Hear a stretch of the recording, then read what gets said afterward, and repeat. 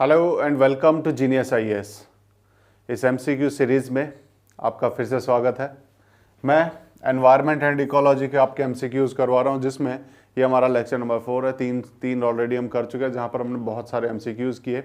ये एमसीक्यूज़ हम ले रहे हैं total 20,000 plus MCQ series MCQs आपके करवाए जाएंगे, जो कि आपके प्रीवियस ईयर पेपर के ऊपर बेस्ड होंगे। प्रीवियस ईयर क्वेश्चन हैं ये, जो अलग अलग एग्जाम में अपियर हुए हैं, अलग अलग एग्जाम में आए हुए हैं, चाहे वो यूपीएससी हो या स्टेट पीसीएस हो, उन सब एग्जामों से क्वेश्चंस लिए गए हैं। और ये हमारे आने वाले एग्जामों के लिए भी उतने ही इंपॉर्टेंट है, क्योंकि कोई भी ऐसा एग्जाम नहीं होता जिसमें पिछले से रिपीटेड क्वेश्चंस ना देखे जाते हो।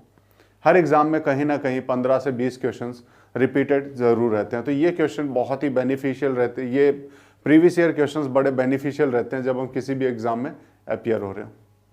तो इसी में 20,000 प्लस एमसीक्यूज हमने करवाने का आपसे वादा किया, तो धीरे धीरे हम इसको करवा रहे हैं। और अलग अलग हमारी सभी सब्जेक्ट्स की एमसीक्यू सीरीज चल रही है। तो इन्वायरमेंट एंड इकोलॉजी का हमने लेक्चर नंबर 4 ये देख रहे हैं। तो इस लेक्चर नंबर 4 के पहले क्वेश्चन की तरफ चलते हैं और सॉल्व करने की कोशिश करते हैं। आप वीडियो पॉज कर सकते हैं जहां पे भी आपको आंसर देना हो, और जो पहले 2-3 साल पढ़ चुका हो, जिसके कॉन्सेप्ट्स क्लियर हो, वो सिर्फ एमसीक्यू रिवाइज करना चाहता हो, तो वो इसको डबल स्पीड में या 1.5 स्पीड करके भी देख सकता है। लेकिन जो फर्स्ट टाइम, जिसने अभी तक एक भी प्रीवियस ईयर क्वेश्चन नहीं देखा है, या फिर कॉन्सेप्ट्स जिसने अभी तक पूरे नहीं रीड किए हैं, तो उसको मैं यही कहूँगा कि उसको नॉर्मल स्पीड में देखे, ताकि एक एक कॉन्सेप्ट उसे समझ में आ सके। अब चलते हैं पहले क्वेश्चन की तरफ। क्या कहता है ये? विच of the following is not true about the ecosystem. Ecosystem के बारे में क्या ट्रू नहीं है इसमें से? यानी 3 बातें इकोसिस्टम के बारे में लिखी होंगी, एक नहीं लिखी है। कौन सी नहीं लिखी है वो हमें बतानी है। अब ये इकोसिस्टम क्या होता है, इस क्वेश्चन को सॉल्व करने से पहले हमें ये पता होना चाहिए। तो पहले हम इकोसिस्टम देख लेते हैं कि इकोसिस्टम क्या है। तो इकोसिस्टम हमारा होता है एक फंक्शनल यूनिट है नेचर की। फंक्शनल यूनिट यानी कि जहां पे फंक्शंस होते हैं नेचर में। कौन से? जहां पर लिविंग ऑर्गेनिज्म वो आपस में इंटरेक्ट करेंगे, ठीक है, इंटरेक्ट करेंगे आपस में अमंग देमसेल्फ, और उसके साथ साथ जितने भी लिविंग ऑर्गेनिज्म है वो अपने एनवायरनमेंट के साथ भी इंटरेक्ट करते हैं। बड़ा सिंपल सा रखना आपको। इकोसिस्टम क्या है? इकोसिस्टम वो एरिया है जहां पर फंक्शनल यूनिट है नेचर की, जहां पर लिविंग ऑर्गेनिज्म आपस में रिएक्ट करते हैं, आपस में इंटरेक्ट करते हैं, प्लस अपने सराउंडिंग के साथ इंटरेक्ट करते हैं। अब ये बहुत बड़ा भी हो सकता है और बहुत छोटा भी हो सकता है, किसी भी साइज का हो सकता है। बहुत बड़ा एरिया भी हो सकता है इसके अंदर, और बहुत छोटा सा एरिया भी हो सकता है। जैसे एक्वेटिक इकोसिस्टम को अगर हम देखें तो ओशियन एक बड़ा एरिया भी है, और पॉन्ड एक छोटा सा एरिया भी है। तालाब भी एक इकोसिस्टम का काम कर सकता है। अब यही इकोसिस्टम को ही अगर मैं देखूं तो ये 2 तरह के हो सकते हैं। एक तो आर्टिफिशियल हो सकता है, जो मैन मेड हो, और एक नेचुरल भी हो सकता है। दोनों तरह का इकोसिस्टम पाया जा सकता है, आर्टिफिशियल और नेचुरल। जैसे हम एक्वेरियम बना देते हैं। हमने देखा कि घरों में मछली रखने के लिए हमने एक्वेरियम बना दिया, तो हमने उस मछली का एक इकोसिस्टम क्रिएट कर दिया। वहां पर एक इकोसिस्टम हमने क्रिएट कर दिया, लेकिन वो मैन मेड है, वो आर्टिफिशियल है, नेचुरल नहीं है। ओशियन वो नेचुरल है, मैन मेड नहीं है, ठीक है। तो हमें पता होना चाहिए दोनों तरह के इकोसिस्टम हो सकते हैं, ये हमें पता होना चाहिए। अब ये हर एक कंपोनेंट इकोसिस्टम में एक दूसरे से रिलेटेड होता है। अगर किसी भी एक कंपोनेंट में दिक्कत आ जाए तो बाकी चीजें भी अपने आप इफेक्ट करती हैं। If one part of ecosystem is damaged और disappear, it has an impact on everything else. ये चीजें हमें इसके बारे में पता होनी चाहिए, इकोसिस्टम का मेन चीजें। अब हम इसके क्वेश्चन को सॉल्व करते हैं। इतना हमें पता है तो हम आगे के सॉल्व कर पाएंगे। विच of the following is not true. इनमें से 3 बातें इकोसिस्टम को बताती है, एक नहीं बताती है। कौन से नहीं बताती उसे हम देखेंगे। It represents all living organism and physical environment in any given space time. क्या उसके अंदर, इकोसिस्टम के अंदर, सभी लिविंग ऑर्गेनिज्म और सभी all living organism and physical environment, उसका जो एनवायरनमेंट है, ये दोनों चीजें कवर हो रही हैं? क्या हमने देखा इसमें? तो हमने देखा कि लिविंग ऑर्गेनिज्म भी है, और उसके साथ साथ उसका जो सराउंडिंग फिजिकल एनवायरनमेंट है, इन दोनों के बीच का इंटरेक्शन है, यानी दोनों चीजें इसमें कवर होती हैं। दोनों ही चीजें इसमें कवर होती हैं। तो ये हमारा हो जाएगा, ये हमारा ठीक है। ये ए तो हमारा ठीक है, लेकिन हमें बताना है कौन सा ठीक नहीं है, नॉट ट्रू बताना है। It is a functional unit, हाँ ये हमारी फंक्शनल यूनिट है नेचर की, ये भी हमने देखा, तो ये भी सही है। It has its own productivity, हाँ अपने काम, इसकी प्रोडक्टिविटी खुद की है, ठीक है, अपना इसके अंदर सारा सिस्टम अपना चलता रहता है। और उसके बाद अगला है it is a close system, या क्या है क्लोज सिस्टम होता है? क्लोज सिस्टम क्या होता है? क्लोज सिस्टम हो गया कि ये क्लोज्ड है, अब इसमें बाहर की चीजों से इसे कोई लेना देना नहीं है। क्लोज सिस्टम होता है जहां पे बाहर की चीजों से कोई लेना देना ना हो। क्या ये क्लोज सिस्टम है? तो हम देखेंगे कि एक इकोसिस्टम को काम करने के लिए एनर्जी बाहर से भी लेनी पड़ती है, सोलर एनर्जी की जरूरत पड़ती है, तो सोलर एनर्जी कहीं ना कहीं बाहर से आएगी।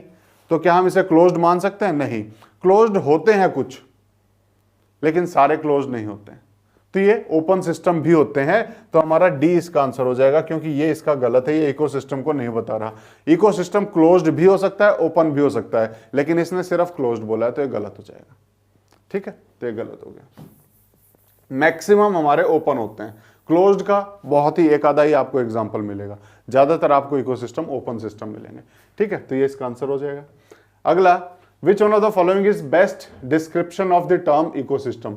फिर से इकोसिस्टम के बारे में बताना है, तो अब ये वीडियो पॉज करके आप भी खुद बता सकते हो, तो आंसर देने की कोशिश कीजिए, तो हमें पता लगेगा क्या है इसका आंसर। बिल्कुल, इसका आंसर आ जाएगा a community of organism together with environment in which they live. Organism और उसका एनवायरमेंट, ये दोनों इंटरेक्ट कर रहे हैं, तो यह इकोसिस्टम हो गया। ठीक है, तो यही है। इस एनवायरमेंट एंड इकोलॉजी में आपको करना क्या है, आपको कुछ बेसिक वर्ड्स पता होने चाहिए, सिर्फ बेसिक वर्ड और उसका बेसिक मीनिंग। अगर मैं इकोसिस्टम की बात कर रहा हूं, तो इकोसिस्टम में ऑर्गेनिज्म भी है और उसका एनवायरमेंट भी है और इनका आपस में इंटरेक्शन है। अगर आपको ये 3-4 चीजें पता है, तो आप इसके क्वेश्चन को सॉल्व कर पाओगे। ठीक है, तो इतनी चीजें आपको हर एक टर्म की कुछ स्पेसिफिक चीजें पता होनी चाहिए, जिसको हम कहेंगे कीवर्ड्स, जो हम पता होना चाहिए, तो हम जिससे सॉल्व कर पाए। तो इकोसिस्टम में क्या क्या कीवर्ड्स हैं? ऑर्गेनिज्म, उसका फिजिकल एनवायरनमेंट और इनका आपस में इंटरेक्शन। बस ये चीजें हमें पता है तो काम खत्म, अपना कर सकते हैं हम सॉल्व। तो ये हमारा इसका आंसर हो जाएगा सी। अगला क्वेश्चन देखते हैं, इकोलॉजी। इकोलॉजी क्या है? इकोलॉजी क्या है? Ecology is the study of relationship between. इसको देखने से पहले, इसको करने से पहले हम इसकी डेफिनेशन देख लें, इकोलॉजी होती क्या है। तो इकोलॉजी क्या है? बायोलॉजी की वो ब्रांच है जिसमें हम रिलेशन पढ़ते हैं ऑर्गेनिज्म के आपस में और उसके सराउंडिंग के साथ। कहीं ना कहीं इकोसिस्टम को पढ़ना ही इकोलॉजी है। क्या मैं कह सकता हूं कि इकोसिस्टम को जब हम पढ़ रहे हैं वही इकोलॉजी है? Study of ecosystem is ecology, जहां पर हम ऑर्गेनिज्म को, लिविंग ऑर्गेनिज्म को और उसके सराउंडिंग को और उनके आपस में रिलेशन को पढ़ते हैं। इकोसिस्टम क्या है? ऑर्गेनिज्म, उसका सराउंडिंग, उनके आपस का इंटरेक्शन। और इसकी स्टडी, इस पूरे सिस्टम की स्टडी कि ऑर्गेनिज्म का आपस में कैसा रिलेशन है, ऑर्गेनिज्म का उसके एनवायरनमेंट के साथ कैसा रिलेशन है, इसकी स्टडी को हम क्या बोलेंगे? इकोलॉजी। तो यहां पर क्या है? Ecology is the study of relationship between, किसमें आ जाएगा? Organism and environment. यही था हमारा। ठीक है, आगे चलते हैं, आगे भी देख लेते हैं अगले क्वेश्चन को। Term ecosystem was proposed by, ये इकोसिस्टम किसने प्रपोज किया था? तो ये इस तरह के कुछ फैक्चुअल इंफॉर्मेशन जो हमें याद ही करनी पड़ेंगी, इसमें कोई कॉन्सेप्ट है नहीं। तो ये थे एजी टेंसले। ठीक है, एजी टेंसले थे, तो यहाँ पे टेंसले इसका आंसर आ जाएगा। चलो, विच of the following is an artificial ecosystem? इसमें से आपको बताना आर्टिफिशियल, मैन मेड इकोसिस्टम कौन सा है। तो फॉरेस्ट नेचुरल होते हैं, पॉन्ड्स आर्टिफिशियल भी होते हैं, नेचुरल भी होते हैं। कई जगह पे नेचुरल पॉन्ड्स भी मिलते हैं, तो हम इसको नहीं कह सकते। लेकिन फील्ड, खेती जिसे हम कर रहे हैं, तो फील्ड्स जनरली इंसानों के द्वारा बनाए जा रहे हैं, है ना। तो जहाँ पे खेती की जा रही है, हर एक ने अपनी अपनी खेती करके वहाँ पे एक अलग इकोसिस्टम क्रिएट किया हुआ है, तो ये हमारा क्या हो जाएगा? आर्टिफिशियल इकोसिस्टम आ जाएगा हमारा। ठीक है, ये हमारा आर्टिफिशियल इकोसिस्टम हो गया। अगला क्या है? विच ऑफ द फॉलोइंग, ये फिर से आर्टिफिशियल इकोसिस्टम पूछा है, अब तो बताने की जरूरत है नहीं, आपको पता लग ही गया होगा। Forest natural, grassland natural, lake natural और मैनमेड दोनों होती हैं। लेकिन राइस फील्ड को अगर हम देखें तो राइस तो इंसान ही उगा रहे हैं ना, तो ये कहीं ना कहीं आर्टिफिशियल है। ये हमारी आर्टिफिशियल ए आंसर हो जाएगा। ठीक है, चलो अगला देखते हैं। The number of organism that can be supported by environment in a given area. एक एरिया में कितना नंबर ऑफ ऑर्गेनिज्म को सपोर्ट किया जा सकता है, वो क्या है? वो उसकी कैरिंग कैपेसिटी होती है। ठीक है, कहीं पे भी अगर सीधी सी बात है, अगर एक एरिया है इसमें, या फिर एक अगर हम कहें कि आपके पास एक गिलास है, उसके अंदर कितना पानी आ सकता है? अगर मैं आपसे पूछूं एक गिलास है, उसके अंदर कितना पानी आ सकता है? सवाल सुनना, मैंने ये नहीं बोला कि उसके अंदर कितना पानी है, मैंने पूछा है कि उसके अंदर कितना पानी आ सकता है। तो वो उसकी कैरिंग कैपेसिटी होगी, जितना पानी वो कैरी कर पाए। ऐसे ही अगर मैं एक एनवायरनमेंट की बात करूं, उसके अंदर कितने ऑर्गेनिज्म को वो सपोर्ट कर सकता है, यानी उसकी लिमिट क्या है? तो वो क्या है? वो उसकी कैरिंग कैपेसिटी है। क्या होती है? Carrying capacity. तो इसका आंसर हो जाएगा कैरिंग कैपेसिटी। अगर मैं बोलता number of organism living in the environment, उसकी काउंटिंग की बात आ गई, तब मैं पॉपुलेशन बता देता इसका आंसर। लेकिन अभी मैंने बोला है कि कितना वो सपोर्ट कर सकता है मैक्सिमम, तो वो उसकी कैरिंग कैपेसिटी होती है। ठीक है, तो हमारी कैरिंग कैपेसिटी हो जाएगी। चलो, which one of the following terms describe not only the physical space occupied by an organism but also its functional role in the community of organism? ये आपको बताना है कि which of the following terms describe not only the physical space, सिर्फ physical space ही नहीं, by the occupied by the organism but also its functional role, उसका functional role भी बताता है। अब इसमें एक और की टर्म आपके पास आया कि functional role किसी भी ऑर्गेनिज्म का किसी भी जगह पे कौन बताता है? तो जहां पे भी ये फंक्शनल रोल की बात आ जाए, तो वो कहीं ना कहीं उसके नीश की या नीचे की बात कर रहा है। उसको हम नीचे भी बोलते हैं, इसको हम नीश भी बोलते हैं। ठीक है, तो कहीं ना कहीं उसकी नीश की बात कर रहा है। अगर जहां हम फंक्शनल रोल की बात करते हैं, किसी भी एरिया में किसी भी ऑर्गेनिज्म का क्या रोल है, वो उसका नीश होता है, वो उसका नीश होता है। तो यहां पे फंक्शनल रोल की बात की जा रही है, किसी भी ऑर्गेनिज्म का फंक्शनल रोल क्या है उसकी कम्युनिटी में। तो ये क्या हो जाएगा? ये क्या हो जाएगा? हमारा इकोलॉजिकल नीश। फंक्शनल रोल जहां पे भी दिखे इकोलॉजिकल नीश, नीश जहां पे वर्ड दिख जाए, यानी वो फंक्शनल रोल की बात कर रहा है कि उसका एक्चुअल में रोल क्या है उस सोसाइटी में, तो वो उसका नीश है। ठीक है, तो ये हमें पता होना चाहिए। तो जहां पर भी आपको फंक्शनल रोल दिखाई दे, आपको ये लगाना है। इकोटोन क्या होता है? इकोटोन क्या होता है? इकोटोन होता है दो सिस्टम के बीच का एरिया। जैसे एक साइड मैराइन इकोसिस्टम है जहां पर पानी वाला सिस्टम है, एक साइड लैंड इकोसिस्टम है जिसे हम टेरेस्ट्रियल इकोसिस्टम बोलेंगे। वो दोनों जहां पे भी मिलेंगे तो उनके बीच में एक एरिया बनेगा, उनका ज्वाइंट होने का एक एरिया बनेगा। उस एरिया को हम इकोटोन बोलते हैं। क्या बोलते हैं? इकोटोन। जहां पर दो सिस्टम मिल रहे हो, अगर हम कहें इंटीग्रेट हो रहे हो, मिल रहे हो जो आपस में। ठीक है, वहां पर जहां पे दो सिस्टम आपस में मिलते हैं, ज्वाइन करते हैं, उस एरिया को हम बोलते हैं इकोटोन। जैसे समुद्र, जहां पे भी अगर हम कहें कि हमारी पृथ्वी से या अर्थ ऊपर लैंड वाले पार्ट से मिलेगा, तो उस एरिया को, बीच के एरिया को हम क्या बोलेंगे? इकोटोन बोलेंगे। ठीक है, तो मैराइन इकोसिस्टम, लैंड इकोसिस्टम दोनों ज्वाइन हुए, बीच का जो एरिया बना उसे हमने बोला इकोटोन। ठीक है, तो ये इकोटोन हो जाएगा। हैबिटेट होता है जहां पर ये लोग रहते हैं, जहां पे भी ऑर्गेनिज्म रहते हैं, ऑर्गेनिज्म का एड्रेस उसका हैबिटेट होता है। और उसका फंक्शन क्या है उसमें? वो नीच होता है या नीचे होता है। ठीक है, और इकोटोन क्या होता है? जहां पे दो सिस्टम आपस में मिल रहे होते हैं, उसको हम इकोटोन कहते हैं। ये हमने समझा। विच of the following ecosystem covers the largest area of the earth surface? Earth surface पे सबसे लार्जेस्ट एरिया कौन सा इनमें से कवर करता है? डेजर्ट, ग्रासलैंड, माउंटेन या मैराइन? तो हमने देखा कि अगर हम अर्थ की बात करें तो 71% तो वाटर ही है अर्थ पे, और उसके बाद 29% हमारा लैंड एरिया है। तो सबसे ज्यादा तो वाटर वाला इकोसिस्टम होगा। तो यहां पे वाटर वाला इकोसिस्टम अगर हम देखें तो मैराइन इकोसिस्टम हमें दिखाई दे रहा है, ये हमारा है। ठीक है, ये हमारा आंसर हो जाएगा। Largest area of earth surface कौन सा कवर कर रहा है? Which one of the following is the largest ecosystem of the world?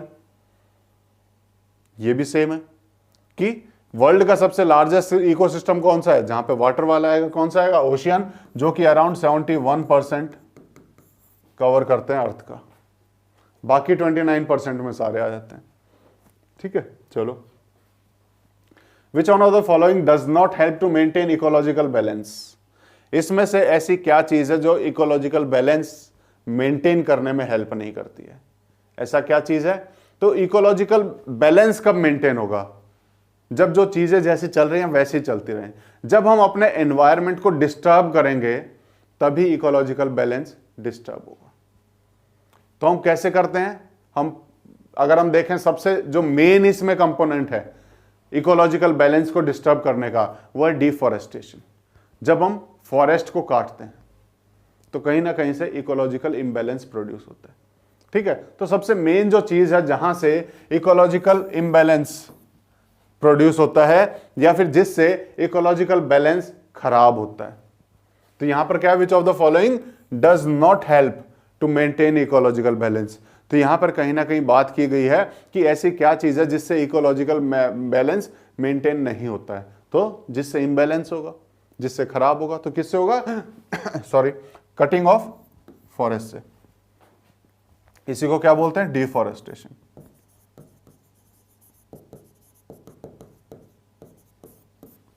Cutting of forest. Afforestation क्या होता है? फॉरेस्ट को लगाना, ज्यादा से ज्यादा फॉरेस्ट को प्रोड्यूस करना, वो होता है एफॉरेस्टेशन। पेड़ों को लगाना होता है एफॉरेस्टेशन। तो पेड़ों को लगाने से तो बैलेंस प्रोड्यूस होगा, काटने से खराब होगा। ठीक है, तो ये हमें पता होना चाहिए। तो ये सारी चीजें से हमारा कहीं ना कहीं इकोलॉजिकल बैलेंस प्रोड्यूस होता है, बनता है, इकोलॉजिकल बैलेंस बनता है। और बिगड़ेगा किससे? पेड़ों को काटने से, यानी डिफॉरेस्टेशन से। अगला क्या? विच one of the following is one of the main causes of, ये फिर से वही आ गया, इकोलॉजिकल इम्बैलेंस का मेन कॉज क्या है? अभी थोड़ी देर पहले हमने देखा, डिफॉरेस्टेशन। सबसे मेन कॉज यही है। ठीक है, तो डिफॉरेस्टेशन दिख गया, बाकी आपको देखने की जरूरत ही नहीं। कहीं ना कहीं इसी के ही असर से, डिफॉरेस्टेशन की वजह से डेजर्टिफिकेशन होता है, डिफॉरेस्टेशन की वजह से ही फेमाइन और फ्लड्स आते हैं, डिफॉरेस्टेशन की वजह से ही रेनफॉल में वेरिएशन आ रहा है।